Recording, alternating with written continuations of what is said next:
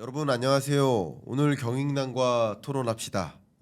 초대 손님 신세돈 교수님이십니다. 안녕하십니까? 반갑습니다. 네, 뭐 두 번째 출연이시지만 네. 그래도 우리 구독자님들께 인사 한번 부탁 올리겠습니다. 진짜 뭐 청천벽력 같은 그 비상계엄과 탄핵 정국으로 들어가면서 지금 뭐 경제가 지금 정신을 못 차리는 것 같아요.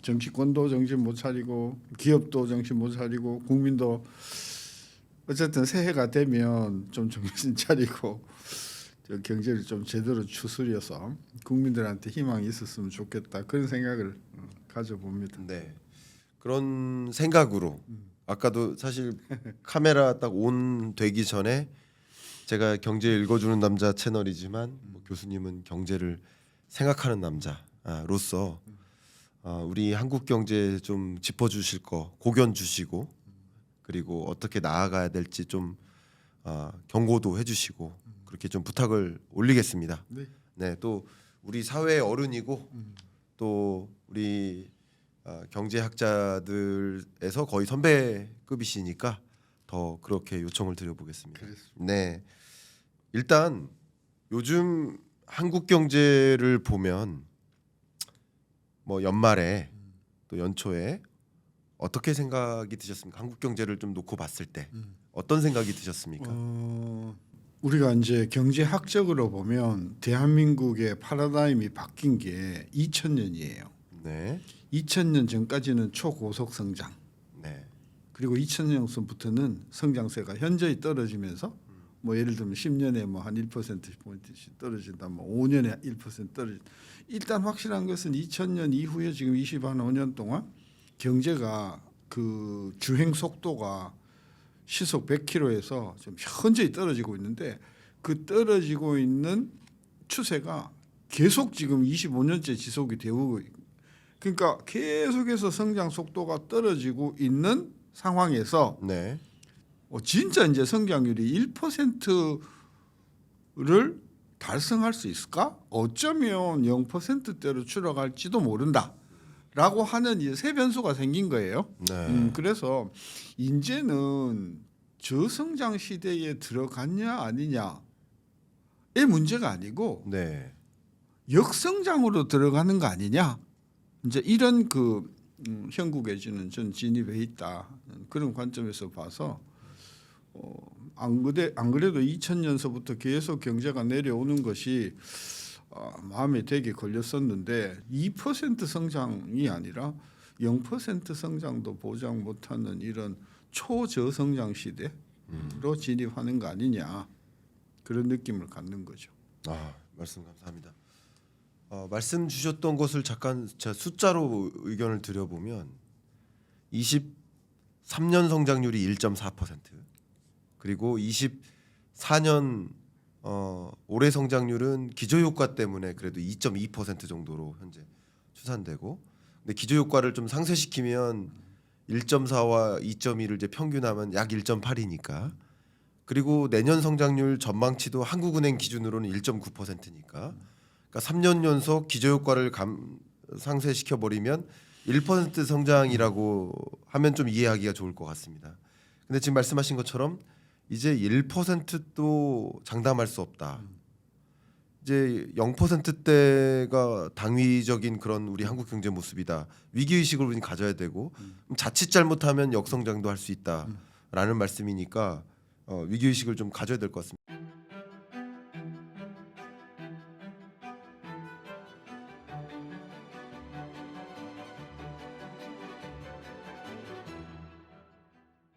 제가 이렇게 질문 드려볼게요. 물론 경제적인 토론이지만 지금 정치적 리스크가 너무 큰 물음표가 등장했으니까 뭐 정치적인 견해를 여쭙는 건 전혀 아니고 저는 정치를 잘 모르는 사람으로서 안타까운 것, 정치에 바란다, 정치에 좀 안타깝다 하는 그 부분 하나가 그러니까 저는 이 정치인들이 더 나은 미래를 서로 제시하고 내가 제시하는 미래가 더 옳다라고 주장하고 또 그걸로 싸우고 국민들은 이 정당이 혹은 이 정치인이 제시한 미래에 투표를 하는 그런 모습이어야 될 텐데 저는 근래 좀 보면 서로 네가 더 나쁜 놈이야, 아니야 네가 더 나쁜 놈이야.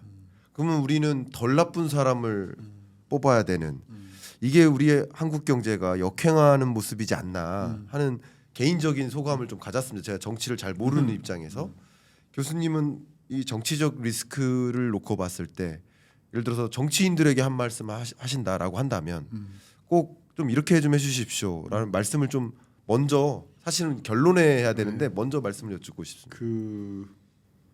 그러니까 정치가 경제를 위해서 하는 기본적인 기능이 첫째 예산을 집행하는 거잖아요. 네, 그래서 이제 정부가 안을 내고 의회가 이제 통과시키면 이제 경제 정책이 매년 수립이 되는데 네, 그 규모가 얼마냐는 거예요.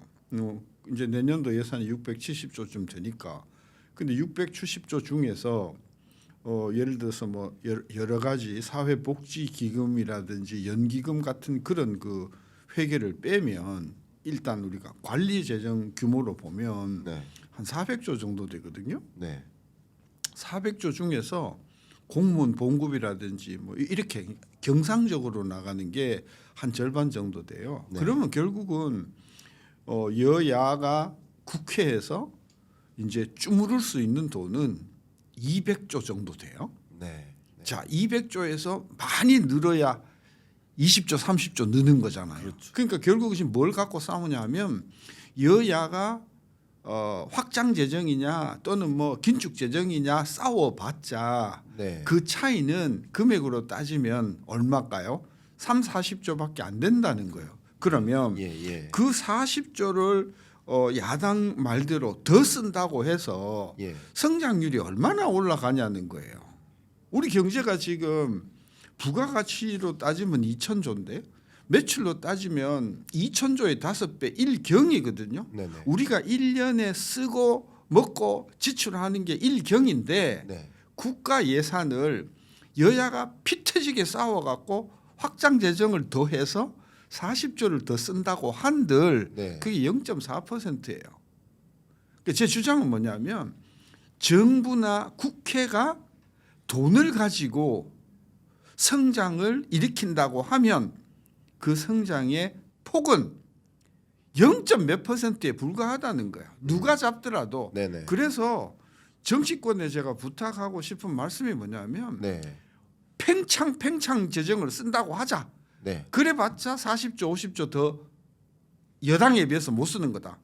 40조 50조가 적은 돈은 아니나 우리 1년 대한민국의 거래 규모로 보면 1경이 넘는데 진짜 밖에서 물 한 방울이라는 거예요. 네. 따라서 재정을 통해 가지고 성장을 도모한다는 거는 이게 어불성설에 가깝다는 거예요. 그러면 그럼 하지 말자? 그건 아니지. 40조 50조를 가지고 하는 정부의 역할이라는 거는 정말 이 돈이 아니면 쓰러지고 자빠지고 도태가 될 사람들, 네. 도태가 될 소상공인, 그 사람들이 쓰러지지 않도록 해주는 게 네. 정치권의 역할이라는 거예요. 따라서 돈만 쓰면 경제가 성장이 될 것이다? 아니라는 거예요. 왜? 우리 경제가 1경이 넘는 지출 규모를 가진 경제인데 돈을 가지고 성장률을 1%포인트 올리려고 하면 적어도 200조 300조 이상의 새로운 돈을 써야만 성장이 올라가는 거 아니냐. 그래서 정치권은 이 재정을 가지고 성장률을 올릴 수 있는 폭은 굉장히 작다는 것을 인식을 해라. 따라서 그 작은 돈을 가지고 할 수 있는 일이라는 거는 꼭 필요한 부분, 그게 없으면 꼭 이게 어려운 그 부분에 우리가 집중하는 정책을 해야 된다. 그런 이야기고, 그러면 정치권이 경제 성장을 위해서 할 수 있는 일이 없냐? 돈으로는 잘 못하지만 할 수 있는 일이 있다는 거지. 뭐냐면 일단 우리 국민들 마음속에 우리 정치권이 여야가 됐든 정부가 됐든 간에 기업의 경제를 위해서 굉장히 신경을 써주는 사람이다 라는 신뢰감만 있어도 내 마음 놓고 투자할 거 아니에요. 네네. 어? 네. 내가 지금 돈은 없고 뭐 하지만 돈이 있는 사람들조차도 정부가 저렇게 여야가 싸워 쌓고 임기를 5년을 제대로 못 채우고 이런 그 콩나물 콩가루 집안이 되면 투자하고 싶지 않겠잖아요. 그러니까 결국은 정치권이 해야 할 그 성장에 관해서 정치권이 해야 할 일은 뭐냐면 기업이나 우리 국민들에게 신뢰감을 줘야 된다는 거예요. 근데 지금 최근 한 3, 4년에 우리 정치권을 보면은 전부 정권 잡으려고 여든 야든 계속해서 그냥 극단으로 몰고 가는 대립 상태가 되잖아요. 네. 근데 우리 국민들은 과거에 전두환 대통령이나 과거에 박정희 대통령이 우리한테 경제에 관해서 줬던 신뢰감을 지금 정부가 주고 있냐? 지금 정치권이 주고 있냐? 못 주고 있다는 것이죠. 네. 저는 그래서 아까 이제 우리 사회자님께서 정치권이 정치권에 대해서 하신 말씀이 뭐냐고 물어봤을 때 신뢰감을 주냐? 그리고 정치권 내가 이런 행동을 했을 때 그게 우리 경제에 얼마나 큰 영향을 주는가를 심각하게 생각을 하지 않는다는 것이죠.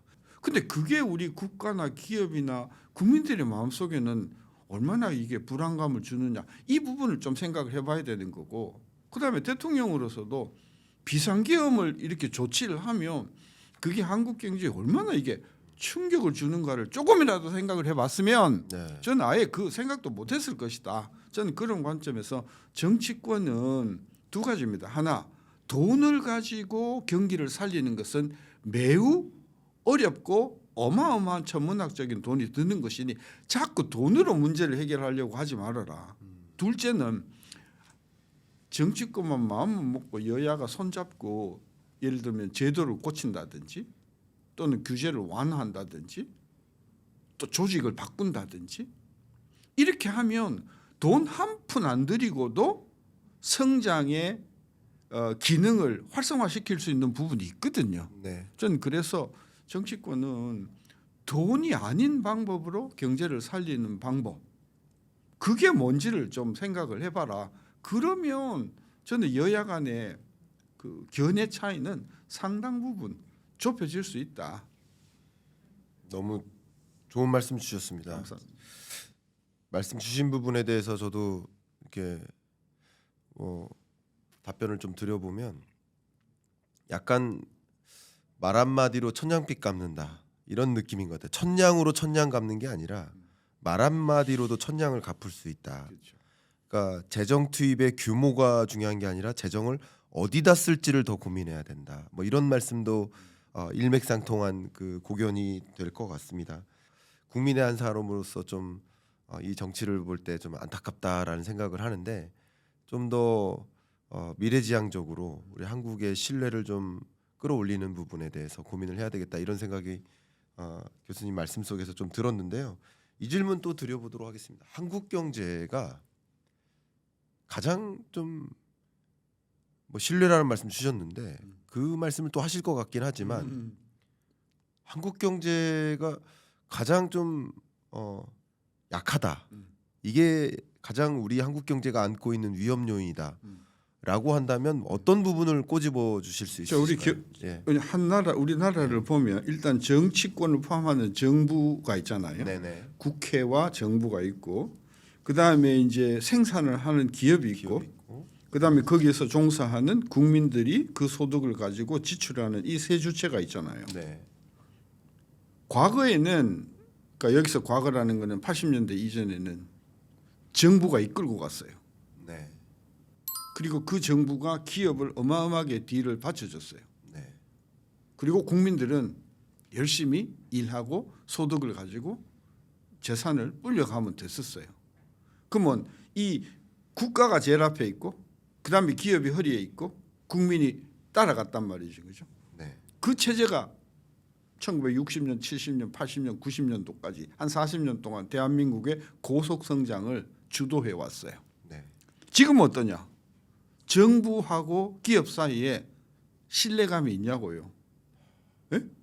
그리고 어떤 정부는 굉장히 기업에 우호적이고 또 어떤 정부는 반대로 비우호적이고 이런 괴리가 있지 않나요? 네. 그다음에 기업과 국민 사이에도 신뢰가 있나요? 없잖아요. 그렇죠. 예.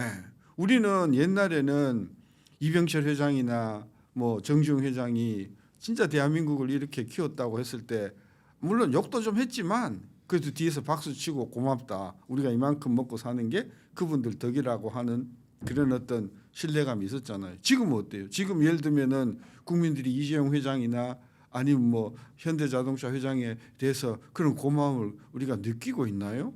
못 느끼고 있거든요. 그러니까 제가 아까 우리 분수령이 2000년이라고 했는데 2000년 이전에 40년은 정부가 이끌고 그다음에 기업이 받쳐주고 국민이 따라가면서 고속 성장을 이루어냈단 말이에요. 지금은 정부하고 기업하고도 괴리가 있고 기업하고 국민 사이에 또 괴리가 있고 그러니까 국민들의 입장에서는 뭐 기댈 데가 하나도 없는 거예요. 따라서 아까 제가 이걸 이제 신뢰감이라고 했는데 네. 점잖게 표현해서 이게 이제 실린 것이고 네. 다시 지금 대한민국은 정부와 기업과 국민이 삼위일체가 되어가지고 열심히 뛰어도 중국이나 베트남의 경쟁을 따라잡을까 말까 하는데 우리 사이에는 보면 국민과 국민 사이에도 지금 불신감이 있지 않나요? 네. 중산층과 소상공인층의 괴리가 있지 않나요? 기업도 대기업과 중소기업의 괴리가 있지 않나요? 그다음 정치권도 여야 구별이 심하지 않나요? 그러니까 대한민국은 전부 모래알같이 흩어져서 서로 융합이 안 되는 것이죠. 그리고 서로 신뢰를 하지 않는 것이죠. 자, 이런 상황에서 대한민국이 2000년대 이전과 같은 고속 성장 그리고 세계에 내놓을 수 있는 그런 프로덕트들 상품을 내놓을 수 있는가?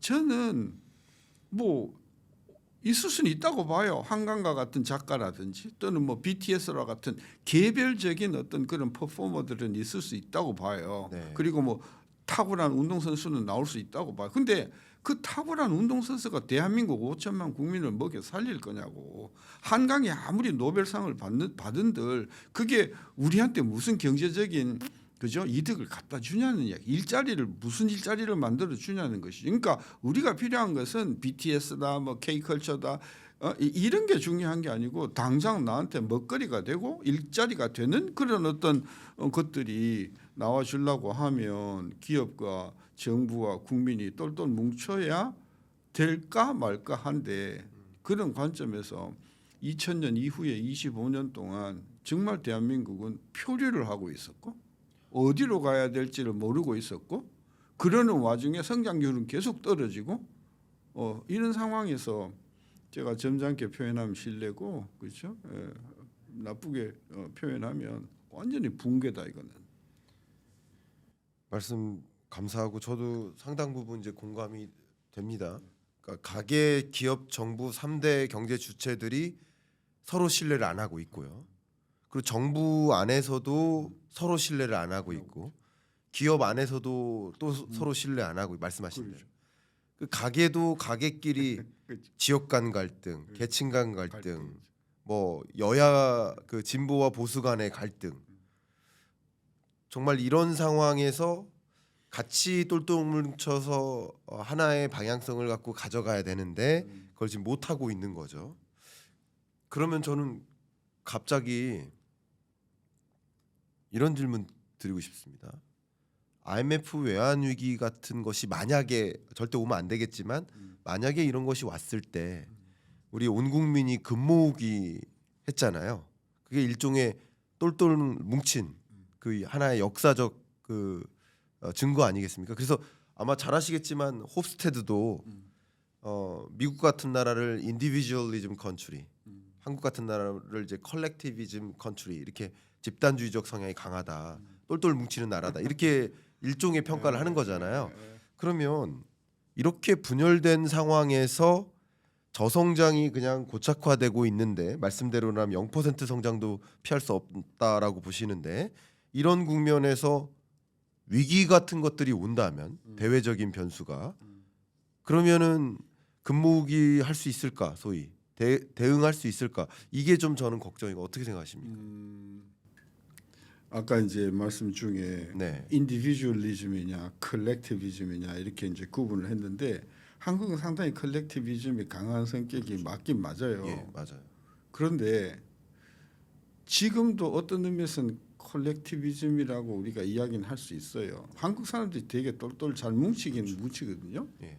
근데 2000년대 이전의 콜렉티비즘하고 네. 2000년대 이후의 한국의 콜렉티비즘 성격이 틀려요. 2000년 이전에는 하나로서의 콜렉션이에요. 네. 하나. 예. 유니테리 콜렉티비즘이죠. 아. 지금은 멀티베리엣 콜렉티비즘인 거예요. 그러니까 그러네요. 예, 그러니까 영어로 이야기하면 팩셔널리즘, 네, 네, 네. 집단주의인 예, 거죠. 예, 너 있어? 예, 없어. 예, 너 영남이야? 너는 호남이야. 너는 중산층이야? 넌 빈농층이야. 예, 너는 여야?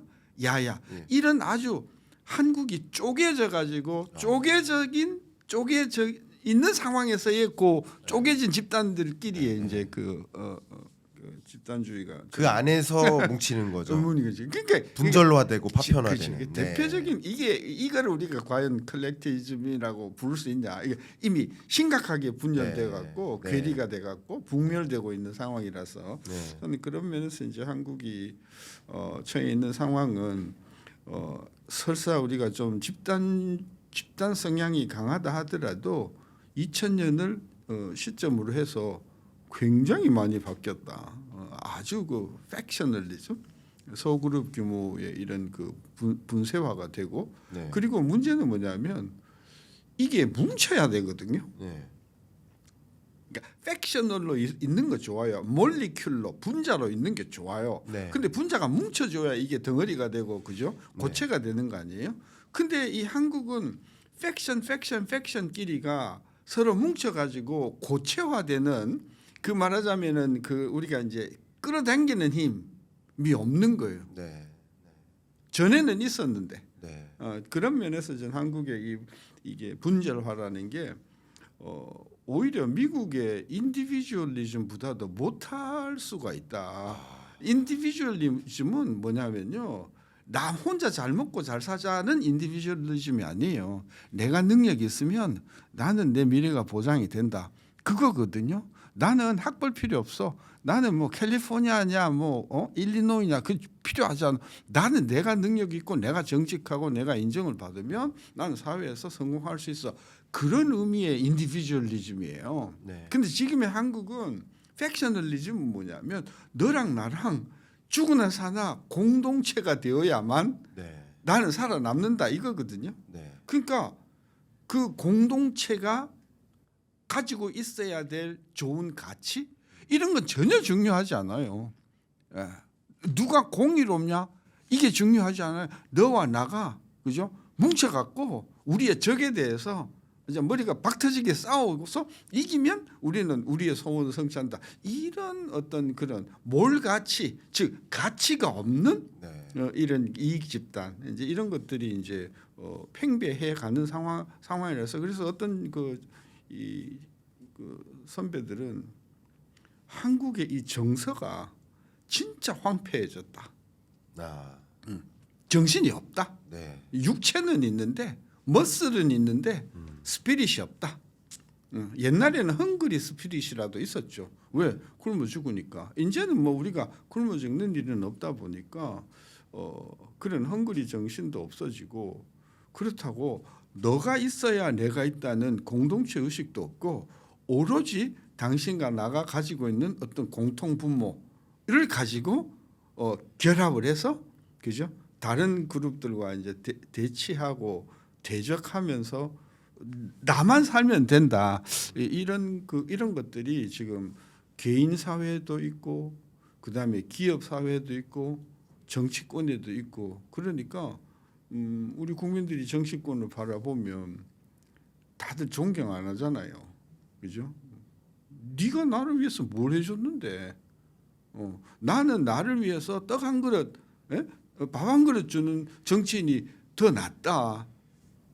이런 좀 세속적인 어떤 그런 면에서 이제 정신의 상실이라고 하는 게 한국의 어떤 그런 콜렉티비즘에 관해서 이거 콜렉티비즘이라고 하기도 뭐하고 팩셔널리즘이다. 그런. 분절화되고 네, 분절화. 그리고 그 분절화되는 것이 그죠 뭐라도 가치 있는 어떤 스피릿을 갖고 있으면은 네. 그래도 박수라도 쳐줄 텐데 그들이 뭘 갖고 있냐는 것이죠, 그렇죠. 그런 면에서 이 한국의 진짜 이 상태는 물질적으로도 많이 피폐하지만 전반적으로 정신적으로도 많이 황폐해 있다. 말씀 정말 감사하고요. 뭐 정말 그 제가 느껴지기에는 석학의 경고다. 아이고, 저는 이렇게 생각을 하고요. 우리 한국 경제의 미래를 위해서 경고의 메시지 많이 주시고요. 또 어떻게 했으면 좋겠다라는 방향성도 많이 해주시길 좀 부탁드리고 25년 우리가 살아가야 되는데 참 녹록지 않아 보입니다. 그래서 뭐 우리 교수님과 같은 이제 학자분들은 그런 의견을 많이 또 가감없이 더 주시길 부탁드리고 또 우리 정부 정치 이쪽에서는 오히려 이런 경각심을 갖고 어떻게 좀 대응해야 될지 생각해보는 그런 시간이 좀 되기를 바라는 마음인데 한국이 이제 신뢰가 무너지고 분절화되고 그런 과정 속에서 또 우리가 당면한 나름 그동안 한국 경제를 지탱해줬던 하나의 큰 산업이 이제 반도체인데 이 반도체 경쟁력이 좀 흐트러지고 있다라고 좀 평가를 할 수 있을 것 같아요. 미국이 미국 내에서 다 가져가려고 지금 준비를 하고 있고 그 중국은 엄청 추격하고 있고 제가 통계 하나만 말씀드리면 지지난주에 발표된 통계인데요. 다른 거 말고 이제 파운드리만 갖고 말씀드리면 파운드리 영역에서 TSMC 혼자서 64%를 장악하고 한때 우리나라가 20% 이상 장악했었는데 이제 10%도 안 됩니다. 9.3%로 줄었습니다. 근데 왜 이렇게 줄었을까 봤더니 중국의 파운드리 3사가 9.1%까지 올라왔어요. 근데 최근 1년 동안 이 중국 3사는 매출액 정도 시장 사이즈가 한 10% 이상 증가했고 한국은 반대로 감소했어요.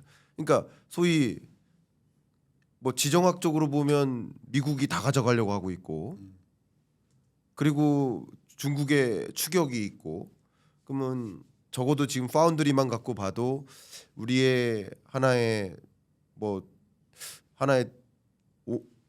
먹거리였는데 그죠? 그거마저 이제 사라지게 되는 게 아닌가 이런 좀 우려를 하는데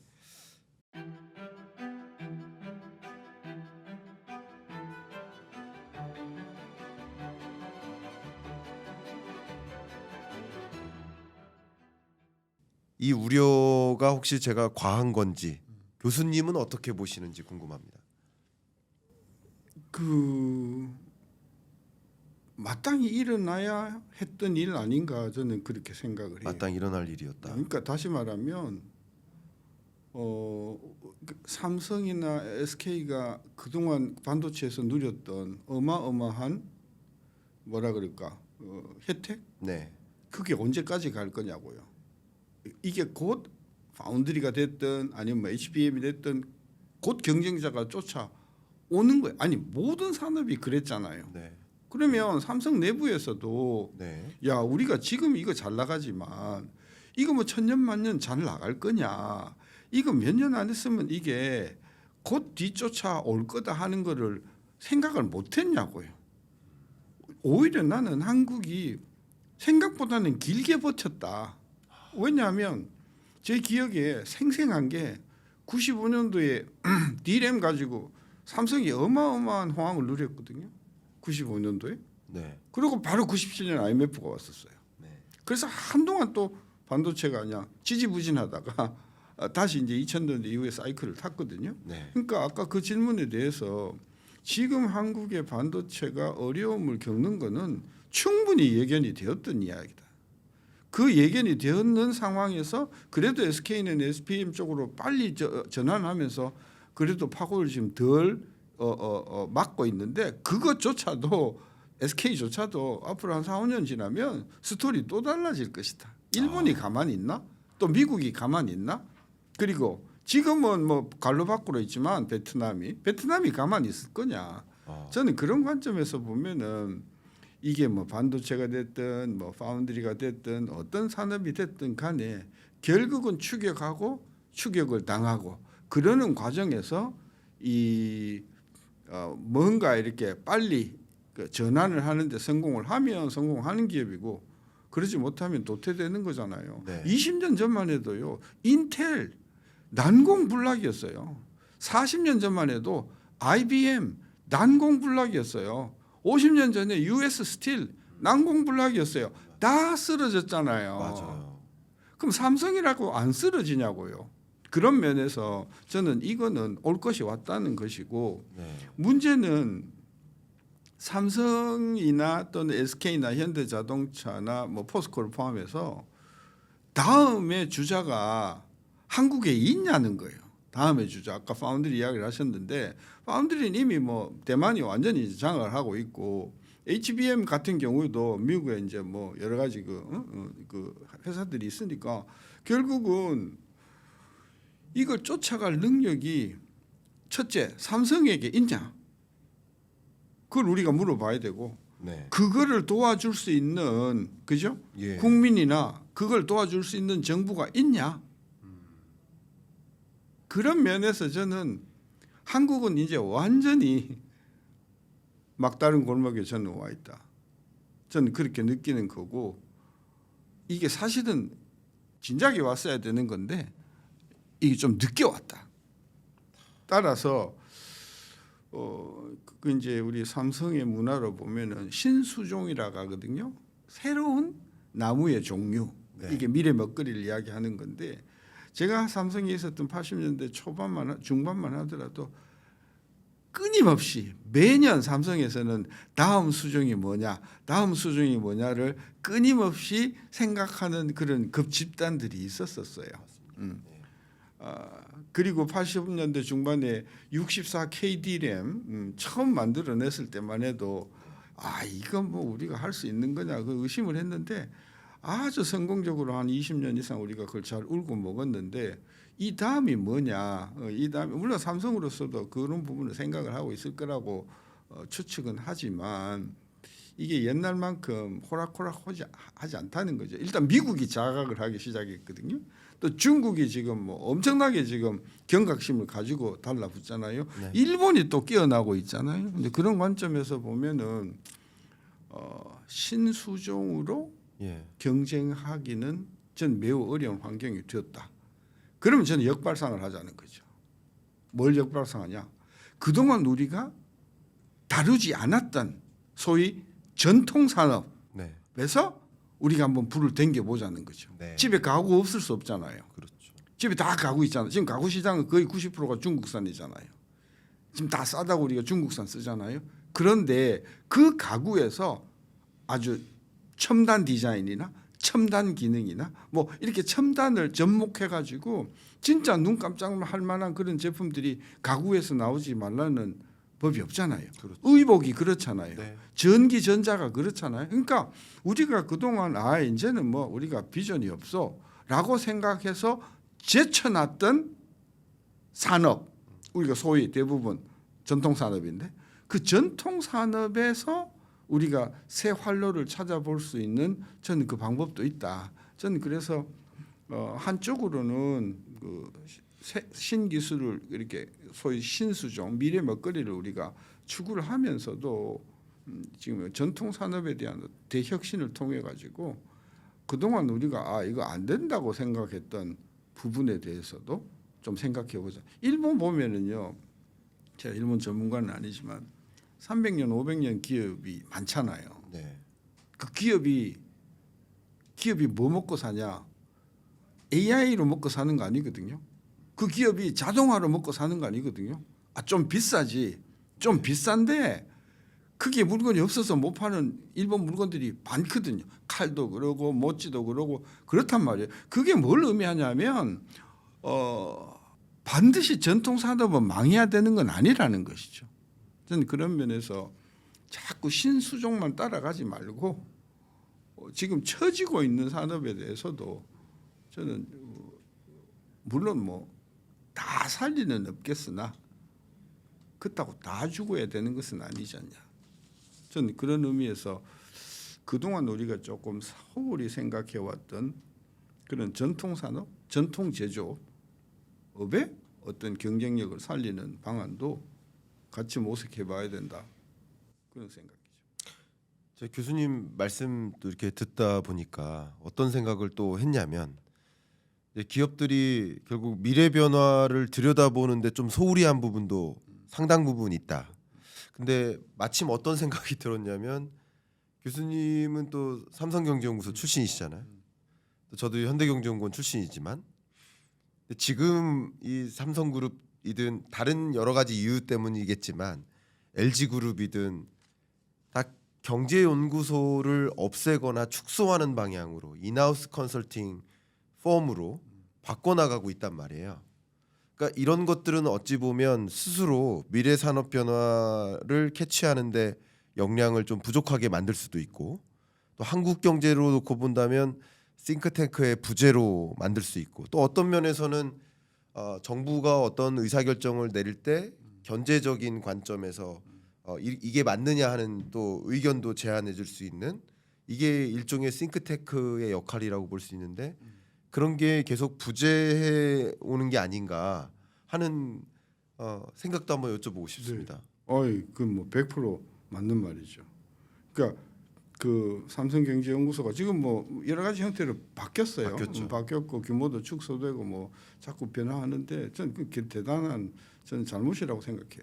현대경제연구원도 맞아. 다 이제 네. 경제적인 이유 때문이고 또는 뭐 정치적인 이유 때문에 이제 그런데 전 한마디로 이야기하면 오나의 리더십이 약해진 거예요. 그러니까 선대 회장이 이병철 회장님이 삼성경제연구소 만드실 때는 삼성이 사람만큼 중요한 게 없지 않냐. 연구소는 사람을 축적하는 것이다. 그렇죠. 그게 이게 30년, 40년, 50년 이렇게 쌓이면 네. 그 50년의 삼성경제연구소에 종사했던 사람의 머릿속에는 지난 50년의 역사가 고스란히 녹아서 하나의 지적 재산으로 남아 있는 거거든요. 그 사람이 하나의 생각을 잘 하게 되면 삼성이 50년, 100년 살아남을 전략이 나올 수도 있는 거잖아요. 그런데 다달이 뭐 몇천만 원 들어가는 게 봉급이 아까워가지고 그것을 한다는 것은 전 매우 경박한 단견이다라고 보는 것이죠. 그래서 저는 굉장한 실책이라고 생각하고 지하에 계신 선대 회장이나 돌아가신 분들에게 판단을 물어보면 분명히 전 잘못한 판단이라고 생각하고 역사거든요. 삼성경제연구소는 역사예요. 그리고 삼성경제연구소는 사람이라는 거죠. 이거를 바깥에 있는 사람한테 돈을 줘가지고 용역을 줘가지고 몇십억을 줘가지고 어떤 과제를 풀으라고 하면 물론 뭐 그 사람들이 하긴 하겠지만 그것의 퀄리티라고 하는 것은 저는 상당히 그 연구소를 계속 지속했을 때에 나올 수 있는 전 아웃풋보다 전 떨어질 거라고 생각해요. 만약에 우리가 그런 논리로 가자면요, 기재부 왜 필요해요? 기재부 기능을 컨설팅 주면 되고 국방이 왜 필요해요? 국방에 관련된 전략을 국방을 전문으로 하는 컨설팅 그룹에 주면 되는 거죠. 외주 주면 되는 것이죠, 그렇죠? 예, 그래서 우리가 5,000년 역사를 통해 가지고 정치를 하시는 분들이 가장 소중하게 생각했던 자산이 역사거든요. 네. 왜 우리가 이렇게 판단했고 그렇게 판단함에 따른 결과는 어쨌고 그걸 평가하고 이런 정책은 매우 잘못된 판단이다. 이런 그 기능을 하는 게 다 사관들이고 역사를 기록하는 사람들이잖아요. 네. 저는 그런 면에서 이 연구소라고 하는 것은 그게 뭐 기업 연구소가 됐든 아니면 국가 연구소가 됐든 그게 돈을 낭비하는 것 같지만 그러지 않다. 그리고 그 사람이 설사 그 조직에서 나간다 하더라도 사회에 굉장히 큰 기여를 저는 할 거라고. 저는 한국은행에 한 3년 반 있었고 삼성경제연구소에 한 2년 반 정도 있었는데 그 6년 동안에 내가 그 현업에서 배우고 했던 지식들이 너무나 고마운 거예요. 네. 이거 나 미국에서 대학에서 못 배우던 것들이었거든요. 이런 것들을 연구소가 계속해서 가르치는 기회를 준다고 하는 것은 인재개발이 뭐 딴 건가요? 그 인재개발에 어마어마한 기여를 하는 거잖아요. 그 사람들이 삼성에 남아있지 않는다 하더라도 밖에 나가면 굉장히 훌륭한 역할을 하는 거잖아요. 그런 면에서 기업이나 또는 국가기관의 연구소는 매우 필요하고 중요한 역할이라고 보는 거죠. 말씀 감사합니다. 교수님께서 말씀 주셨던 것처럼 저도 지금 저도 이제 그 컴퓨터에 분석하고 있는 데이터나 잠깐 제가 실례지만 수첩 좀 요청드려도 될까요? 이제 우리 교수님은 제가 한번 살짝만 보여드리겠습니다. 우리 교수님은 이제 저는 이제 그 엑셀에 이 자료들을 이제 계속 업데이트하고 분석하고 데이터를 가지고 그래프를 그리면서 분석을 하고 있지만 잠깐만 보여드리면 교수님이 이렇게 이 수첩에 주제별로 그 숫자를 다 직접 기록하세요. 근데 이게 어떤 의미냐면 기록되어 있는 그래프를 보고 설명하는 거랑 직접 기록하시면서 데이터를 비교 분석하면서 하는 과정에서의 그 텍신 널리지 그리고 거기서 제공하는 인사이트가 굉장히 크다고 믿고 저도 누가 대신해 주는 것보다는 제가 직접 데이터를 분석하고 하고 있거든요. 교수님도 그러시지 않습니까? 그렇죠. 그래서 이런 게 이게 뭐냐면 말씀하신 것처럼 이 나라가 생각을 해야 되잖아요. 그렇죠. 기업도 생각을 해야 되잖아요. 근데 이 싱크탱크의 부재는 나라가 생각을 안 하는 거고 기업이 생각을 안 하는 거거든요. 미래지향적으로 그렇죠. 어떻게 대응해야 될지를. 근데 경제적인 정치적인 이유로 국내 모든 민간 경제 연구소가 사라지거나 축소되거나 인하우스 컨설팅 방식으로 바뀌거나 이게 저는 우리 한국 경제에 정말 속상한 그러니까 제가 그 출신이어서가 아니라 그건 정말 이 나라가 이 선진국 GDP 규모를 갖고 있는 나라가 지향해야 되는 방향성이다. 그런 생각하는 사람을 더 많이 만들고 그 생각을 온 국민에게 전달하고 또 기업 내부적으로 의사결정에 참조하고 해야 되는 게 아닌가 하는 생각을 저도 하고 있거든요. 그 이제 우리 다 언론에 종사를 하고 네. 언론에 노출이 되지만 제가 이렇게 지금 뭐 방송에 나오게 된 지 10년 조금 넘었지만 이렇게 나와 보면 경제 전문가들이 상당히 많은 실수를 범해요. 수치에서 실수를 하고 수치가 틀리다 보니까 판단이 틀리고요. 네. 판단이 틀리다 보니까 정책을 주장하는 정책이 틀리더라고요. 그러니까 기본적으로 정확하지 않다. 네. 저는 그래서 적어도 다른 사람은 내가 모르겠으나 나만은 데이터에 좀 정확하자. 예. 그런 차원에서 제가 이 자료를 굉장히 편해요. 뭐 인터넷에 치면 왜 없겠어요? 다 있지. 근데 인터넷 자료는 지금 마음대로 편집을 했기 때문에 내가 필요로 하는 그 자료를 신속하게 공급하지 못해요. 그래서 전 제가 필요로 하는 쪽으로만 자료를 제가 직접 정리를 하는 것인데 그래서 이 정확성, 정확하게 그 언론이나 이 방송 매체들이 소위 전문가들이 정확하지 못하다. 이제 그 부분을 우리가 좀 반성을 해야 되고 특히 이제 우리가 논쟁이 붙었던 게 금리 논쟁이잖아요. 금리를 내려야 된다고 뭐 계속해서 주장하면서 그분들 막 계속해서 공통점이 있어요. 뭐 우리나라가 엄청 위기라는 거요. 근데 이제 그 엄청 위기라는 이야기 지금 20년 전서부터 빠지지 않고 제가 들었거든요. 네. 물론 어렵지. 예. 근데 그 어려운 게 다 위기냐고. 아니죠. 그런 면에서 우리 국민들한테 불필요한 공포심을 저는 주는 거는 저는 피해야 된다. 저는 그래서 경제가 어렵다 그러잖아요. 아까 우리 앵커께서도 잠깐 말씀하셨지만 금년 성장률이 얼마냐고요. 2.2% 20 나온단 말이에요. 예. 2.2가 왜 경제 위기냐고요. 위기는 아니죠. 아니죠.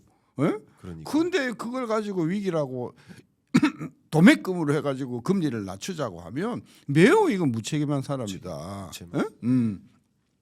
경제가 2.2면 선방이다. 물론 2% 성장임에도 불구하고 지금 거의 마이너스인 섹터가 있다. 네. 그 부분을 정부가 들여다봐야 된다. 이렇게 이야기하면 제가 수긍을 해요. 네. 네. 근데 뭐 2.2%를 가지고 이걸 위기다고 하면 네. 도대체 그 뭐 몇 퍼센트가 위기가 아니고 예를 들면 한 4%는 위기가 아니겠지? 4%가 가능이나 하냐? 이제 그런 면에서 기저 효과를 빼면 말이에요. 그래서 이 우리 언론에 계신 분들이 너무 그 데이터하고는 동떨어진. 근데 정치인들은 그런 이야기 많이 해요. 특히 야당은 맞아. 맨날 위기라는 거예요. 지금도 뭐 그 이야기 나오잖아요. 추경하자고. 그런데 저는 적어도 우리가 수십만 국민들을 대상으로 하는 자료 같으면 해야 된다. 정확해야 된다. 네. 둘째는 이게 어떤 특정 그룹의 이익을 대변하면 저는 안 된다고 생각해요. 네. 대표적인 게 이제 증시 이야기를 할지 모르겠는데 증시의 우호적인 발언을 하려는 경향이 되게 많은 거예요.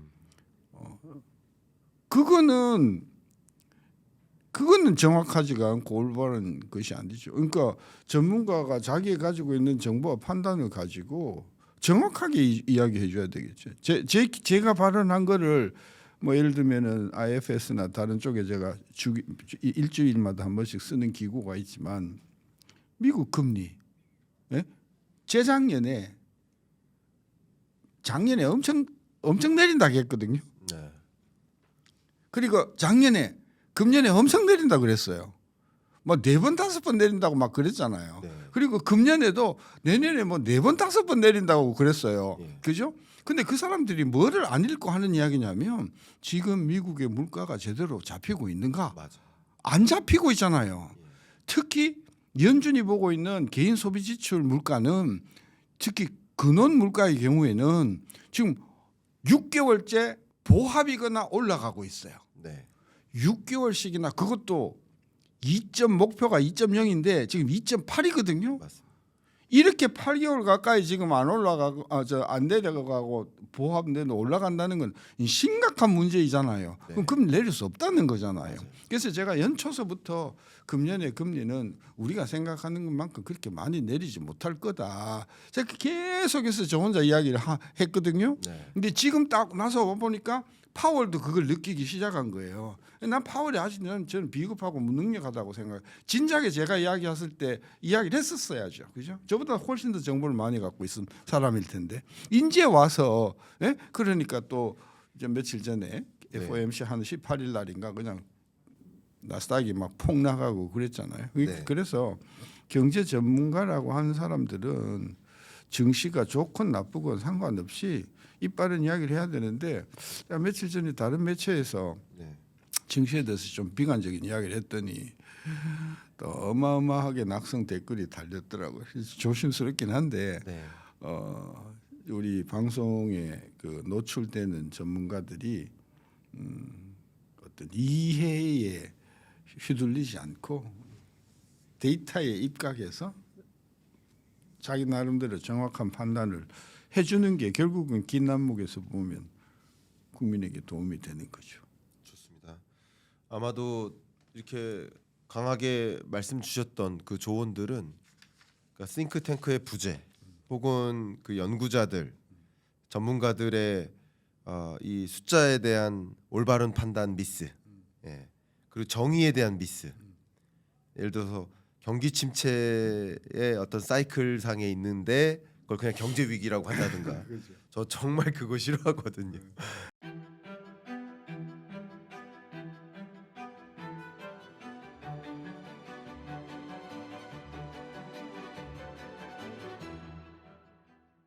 가계부채 위기를 뭐 얼마나 내 기억에는 2006년서부터 가계부채 그러니까요. 900조 할 때부터 그 가계 위기라고 그랬거든요. 지금 2000조가 되고 있는데도 네.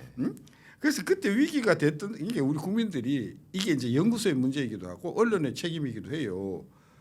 김모모 교수 당신 작년에 나와서 위기라고 했잖냐. 근데 위기가 왔냐 안 왔잖냐. 당신의 발언에는 문제가 있어. 이렇게 지적을 못하는 거예요. 왜? 그 사람이 첫째 뭔 말을 했는지를 몰라. 그 뭔 말을 했는지를 따져보는 경우는 언제냐? 그 사람이 장관이 되거나 그 사람이 청문회를 하거나 특별히 주목을 받아야 할 때 네. 그것도 특히 반대쪽에서 예. 꼬투리를 찾아내는 거죠. 그죠? 그런 면에서 제가 이렇게 40년 쭉 이렇게 일을 해보니까 첫째 우리 국민들이 잘 까먹어. 내가 무슨 이야기했는지를 잘 몰라. 신 교수가 제 자랑 같지만 신 교수가 지적한 것을 조금이라도 기억을 하면 평가가 좀 달라질 거예요. 왜냐하면 97년 IMF 터지기 전에 96년에 제가 대한민국에 심각한 외환보유고의 문제가 있다 지적을 했었거든요. 근데 아무도 그다음에 2008년도에 금융위기가 터졌을 때도 정부는 뭐라 그랬냐면 야 우리 외환보유고가 2,600억 달러인데 전혀 문제 없다 그러고 그냥 뻥 터져가지고 그죠? 스왑해가지고 600억 달러 가지고 메꿨거든요. 네. 그러니까 그 정확하게 알고 있는 사람한테는 문제는 굉장히 심플한 거예요. 지금 우리 환율 문제 아니에요? 문제죠. 네. 올라가고 문제죠. 네. 왜 환율이 올라가죠? 여러 가지 이유가 있는데 네. 지금 한국의 달러가 부족한 거예요. 달러가 네. 부족하거나 또는 부족할 거다. 근데 왜 부족한지 아세요? 외국인들이 돈을 빼내가서 부족한 게 아니에요. 뭐 때문에 부족하냐면 우리나라의 개인 투자가 우리나라의 기관 투자가가 외국 시장이 더 좋으니까 네. 외국 시장에 나가서 투자를 하면서 달러가 쇼티지가 온 거예요. 네, 네. 결국은 한국의 지금 외환 시장을 불안하게 만드는 주체는 외국인이 아니에요. 외국인이 아니고 환율 이야기입니다. 주가는 외국인이 맞아. 주가는 외국인들이 많이 팔어. 근데 이것도 우리가 분명히 알아야 되는 게 외국인들이 주식을 팔면 파는 날 달러로 바꿔가지 않아요. 네. 파는 날 팔아갖고 달러를 사가지고 한국에 예치를 해두거나 아니면 원화로 가지고 있어요. 안 갖고 나간다니까. 네. 근데 갖고 나가는 주체가 누구냐? 우리나라 경제 우리나라예요. 주체예요. 네. 기관 투자가나 개인. 네. 그러면 환율 불안의 주범은 누구냐? 외인이 아니라니까. 주가의 불안은 외인일 수 있어. 근데 우리가 구분해야 할 것이 외국인이 한국에서 주식시장을 팔면 주가 떨어지죠. 네. 근데 그 사람들이 그 돈을 가지고 바로 달러로 바꿔 나가냐? 안 그런 경우가 많다. 그래서 지금 환율의 불안은 저는 크게 걱정하지 않는 이유가 네. 이게 외국인들이 털고 이거를 달러로 바꿔 나가면 이건 진짜 걷잡을 수 없을 수가 있어. 네. 근데 지금 그것을 달러 파는 사람들은 다 쉽게 이야기하면 개인 투자가 돼. 한국은 주식이 별 볼 일 없어. 환율은 계속 오를 거야. 미국 시장은 환율도 오르지만 주가도 오를 거야. 그러면 내가 왜 국장에서 노냐고. 그죠? 네. 이 심리를 잠재워 줄 수만 있다면 환율은 저는 놀라운 속도로 안정이 될 거다. 저는 그래 봐서 요즘 또 뭐 환율이 뭐 1,500원 간다 만다 뭐 난리 치는데 좀 좀 웃고 있죠. 네. 오히려 1,400원 아래로 떨어질 수도 있다. 네. 정말 말씀 주셨던 것처럼 지금 거의 이제 1시간 다 돼가는데요. 우리가 데이터에 기초해서 판단, 의사결정도 해야 되고 또 역시 경제를 올바르게 진단하고 또 그것에 맞는 올바른 정책 대응도 필요하고 그런 상황입니다. 그런 면에서 이제 오히려 파월이 비겁했다. 네. 데이터에 기초해서 의사결정 내린다고 해놓고 그렇게 안 했잖아요. 결과적으로. 예. 말씀 주신 대로 PCE 물가 근원 PCE 물가 상승률도 2.6% 정도까지 떨어졌다가 2.6, 2.6, 2.7, 2.8. 이 근원 물가가 다시 상승률이 반등하는 건 추세적인 것이기 때문에 당장 다시 2%로 내려가려면 상당한 시간이 걸릴 거라고 보거든요. 그렇죠. 그러니까 이것은 일정 부분 실기했다라고 평가 내릴 수 있겠는데 그렇죠. 그럼 제가 이렇게 뭐 거의 마지막 질문을 이렇게 드리고 싶습니다. 뭐 우리가 페드에 조언할 필요는 없으니까요. 페드는 어쨌든 이 금리 인하의 어떤 움직임을 더디게 가져갈 수밖에 없는 여건에 놓인 거죠. 더 신중하게 금리 인하를 해야 되는 상황에 놓인 거죠. 어쨌든 실기한 건 실기한 거니까요. 그럼 이제 한국은행 우리나라의 그러니까 재정 정책 관점에서도 우리가 논의는 해야 되겠지만 통화 정책 관점에서 우리 경제를 교수님은 어떻게 진단하고 계시고 그리고 뭐 중립금리라고 해야 될까요? 우리는 어느 정도의 금리를 향해서 통화 정책을 운용하는 게 적절할 것인지에 대한 통화 정책 관점에서의 조언을 끝으로 여쭙고 싶습니다. 뭐 금년 한 해 내내 이제 그 세간의 이슈가 된 게 이제 금리 인하인데 이제 금리를 인하해야 된다고 주장하는 사람들의 가장 근본적인 그 원인은 경기가 너무 나쁘다는 거예요. 네. 근데 지금 2% 성장이면 나쁜 거 아니에요. 일부 나쁜 부분이 있지만 그것 때문에 기준금리를 낮춘다라고 하면 그 매우 잘못된 거다. 지금 예를 들어서 관절이 조금 아파서 그 관절에 패치만 하면 되는데 그거 관절을 그 통을 없애기 위해서 그 진통제를 그냥 할 수는 없는 노릇이다. 저는 그런 관점에서 내년도 이제 통화 정책을 어떻게 가져가야 되냐. 경기가 나쁘다고 기준금리를 낮추면 안 된다. 첫째고. 네. 둘째, 금리를 낮추면 왜 문제가 생기냐면은 지금 환율이 굉장히 불안해질 수 있다. 네. 따라서 환율 불안 차원에서 이 금리를 한국은행은 그래서 금년 내내 한국은행이 금리 낮추는 것에 굉장히 신중하고 욕을 먹으면서까지 낮추지 않았던 근본 원인은 환율이다. 네.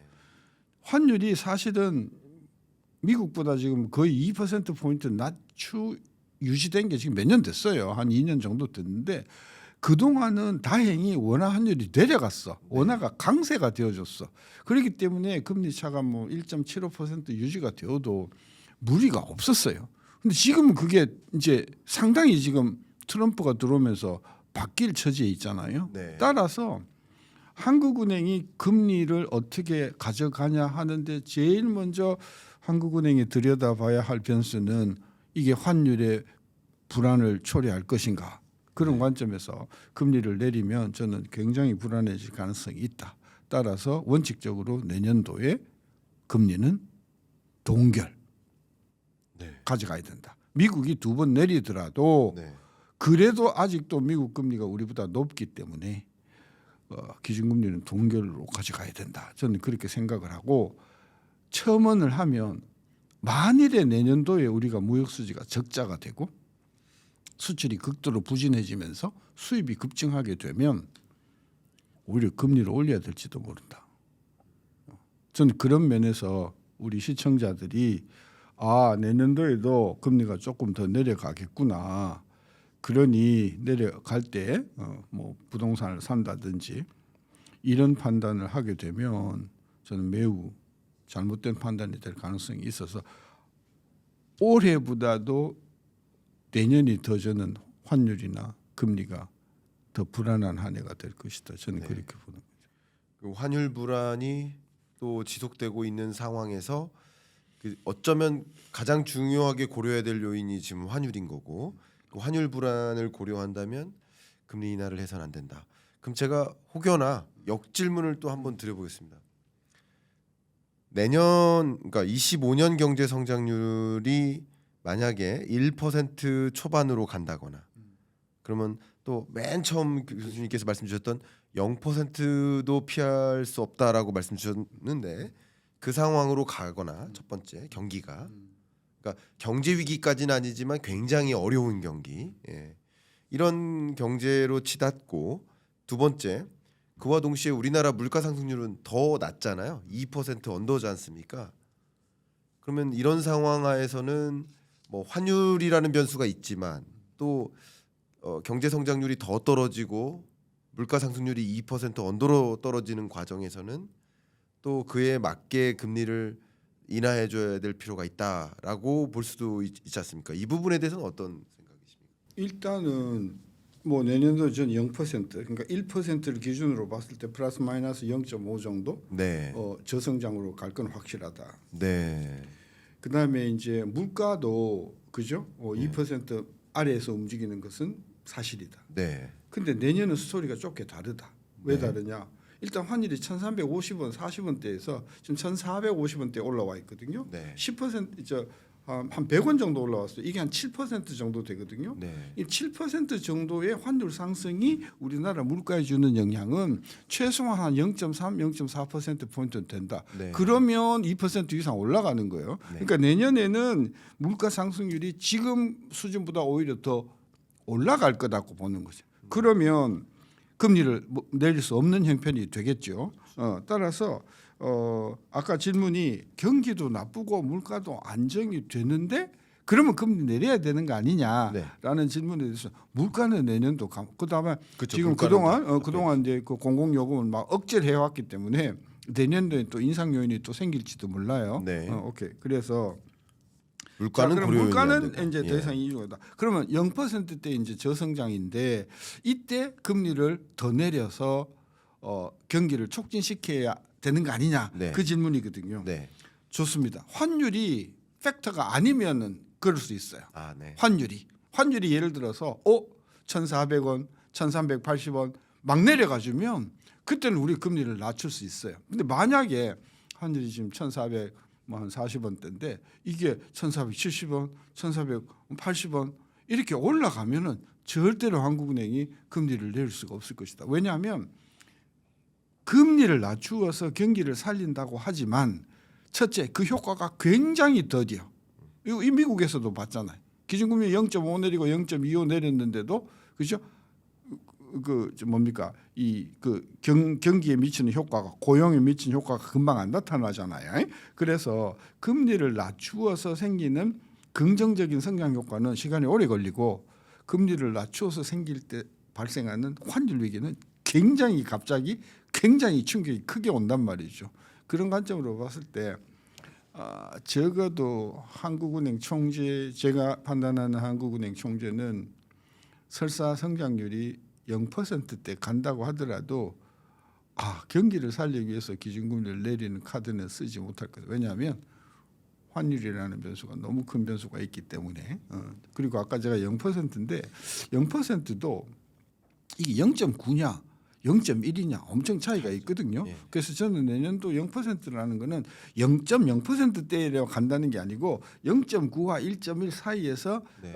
간다는 거기 때문에 그 정도 성장에서 기준금리를 낮추면 도대체 얼마를 낮춰야 성장률이 좋아지겠냐. 저는 그런 관점에서 설사 경기가 조금 나빠지더라도 금리 카드로 경기를 살릴 수 있는 그런 환경은 안 된다. 단 국제적인 요인 때문에 환율이 짜고 있나니까 달러가 약세가 돼가지고 이게 막 1,430원, 1,400원, 1,370원 이렇게 떨어져 주면 저는 금리를 낮출 수 있는 여건이 된다. 저는 그렇게 봐서 맞습니다.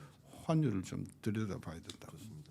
그러니까 통화 정책 관점에서는 어쨌든 금리 인하냐 동결이냐라는 의사 결정을 내림에 있어서 고려해야 될 것들이 물가 안정 여부와 뭐 경기 안정 그리고 이 외환 시장에 관한 환율 이 여러 가지 요소를 고려해야 되겠지만 환율이라는 이 변수가 없다면 뭐 금리 인하를 단행할 수도 있겠지만 환율이라는 이 문제를 안고서 금리 인하했다가는 더 큰 충격이 있을 수 있다라는 교수님의 경제 전망, 물가 전망에 기초한 말씀이셨던 것 같습니다.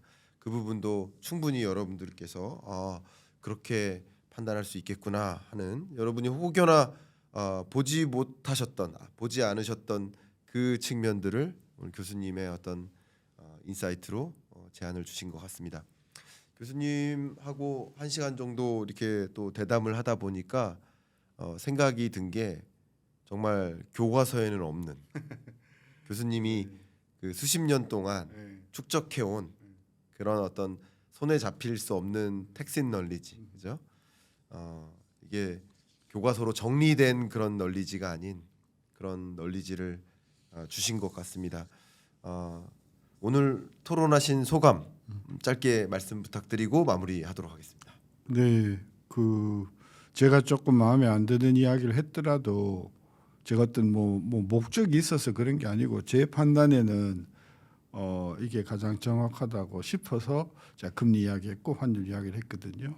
양해를 하시고 부탁은 뭐냐면 신 교수가 맞는지 틀리는지 내년 말에 요때쯤 신 교수 그때 이런 이야기를 했잖냐, 그 맞잖냐, 또는 틀렸잖냐 이걸 좀 평가를 해 주시기를 바래요. 일단 기록해 두십시오. 신 교수가 몇 월 며칠 날 이렇게 이야기를 했다. 그래야 이 신 교수가 진짜인지 가짜인지 판별이 가능하지 않겠어요. 저는 그래서 다른 방송을 보시더라도 김광석 선생님이 어떤 이야기를 했다, 정철진이 어떤 이야기를 했다. 이 좀 적어놓고 네. 지나놓고 이 양반이 맞는지만 그래야 진품 가품이 구별되지 않겠어요. 저 그런 면에서 우리 시청자들이 그런 그 분별 능력을 가져주면 우리는 훨씬 더 정확하게 하려고 노력할 거고 훨씬 더 우리가 품격 있는 저는 언론 활동을 할 것이라고 봐서 그냥 듣고 그냥 좋다고 박수치고 마음에 안 든다고 욕하지 마시고 좀 깊이 있게 좀 파악하는 그런 저는 시청자들이 많아지면 한국의 경제 수준이 높아진다고 생각해요. 너무 좋은 말씀입니다. 저도 상당 부분 공감하고요. 그 말씀하신 것이 나의 이해관계와 다르다고 그렇죠. 지적하거나 정치적 이해관계 혹은 뭐 경제적 이해관계와 다르다고 왜냐면 반은 금리 올렸으면 좋겠고 반은 금리 내렸으면 좋을 겁니다. 그러니까 그게 제가 저는 이제 인터넷 들어가 보면 제가 지금 뭐 국민의힘하고 관련이 있는 것 같이 생각하는 사람 되게 많아요. 네. 한때 내가 국민의힘 미래통합당이 있어요. 저는 그 정당하고 아무 상관없고요. 그다음에 지금 추경에 대해서도 지금 추경 이야기를 오늘 못했는데 추경 이야기도 지금 야당은 하자는 거고 여당 하지 말자는 거잖아요. 신 교수 이야기는 뭐냐면 하자. 기상계엄 때문에 생긴 충격을 보완하는 한도 내에서 추경은 필요하다. 그러면 지금 당장 정부가 또는 정치권이 해야 할 일이 뭐냐면 추경 때문에 무슨 피해가 왔냐. 추경 때문에 피해를 입은 사람이 누구냐. 얼마를 입었냐. 그 규모가 예를 들면 뭐 5조면 5조, 10조면 10조다. 그러니 이걸 하자. 이게 이렇게 돼야 되는데 그냥 추경을 하자라고 하니 네. 저는 그 매우 무책임. 그래서 제가 최근 신문에 그런 이야기를 썼어요. 과학적인 추경을 하자. 첫째, 비상계엄으로 충격이 어디에 왔는가? 비상계엄으로 충격이 얼마나 왔는가? 탄핵 정국으로 앞으로 누가 얼마만큼 피해를 보는가? 이거를 과학적으로 추산한 다음에 그것을 해결하는 적절한 추경을 하자. 저는 그렇게 나와야 된다. 저는 그런 추경이 필요하다. 저는 그런 생각이어서 신 교수는 정당은 상관없습니다. 저는 항상 국민의 편에 특히 소상공인과 중소기업을 우리가 육성해 줘야만 미래가 있다고 보는 사람이라서 제 댓글을 보면은 전부 다 꼴통 보수 이야기 너무 많이 달려갖고 그거를 이 자리에서 아니 속상하진 않는데 나 그런 사람 아니고 사실 지금 야당 쪽 민주당 쪽에서도 저를 잘 아는 사람들은 신 교수는 굉장히 자기네들 생각하고 비슷한 데가 많다 이렇게 생각을 하고 또 국민의힘이나 지금 여당 쪽에서는 쟤는 완전히 좌파다 이렇게 판단할 정도로 저는 완전히 이제 국적 없는 사람이 됐거든요. 그래서 경제 전문가를 볼 때 그 이렇게 당의 색깔을 씌워 가지고 저는 판단을 안 했으면 좋겠어요. 저는 사안별로 이게 필요하면 제가 주장을 하고 필요하지 않으면 반대를 하는 입장이라서 저는 그 부분을 분명하게 좀 알아주셨으면 좋겠어요. 좋은 말씀입니다. 교수님 제가 알아드리고 있습니다. 오케이. 우리 교수님은 정말 우리 정치적으로도 조언도 하셔야 되고 정책적으로도 조언도 하셔야 되고 기업의 경영 전략적으로도 조언도 하셔야 되는 거고 요청이 있다면 적극적으로 제안을 해주셔야 됩니다. 그건 어떤 야당이든 여당이든 다 하실 수 있는 것이고 다만 교수님이 이제 경기를 판단하고 진단하실 때 보면 정말 이해관계를 떠나서 그 나라 경제에서 뭐가 맞는지 혹여나 교수님이 틀리실 수도 있죠.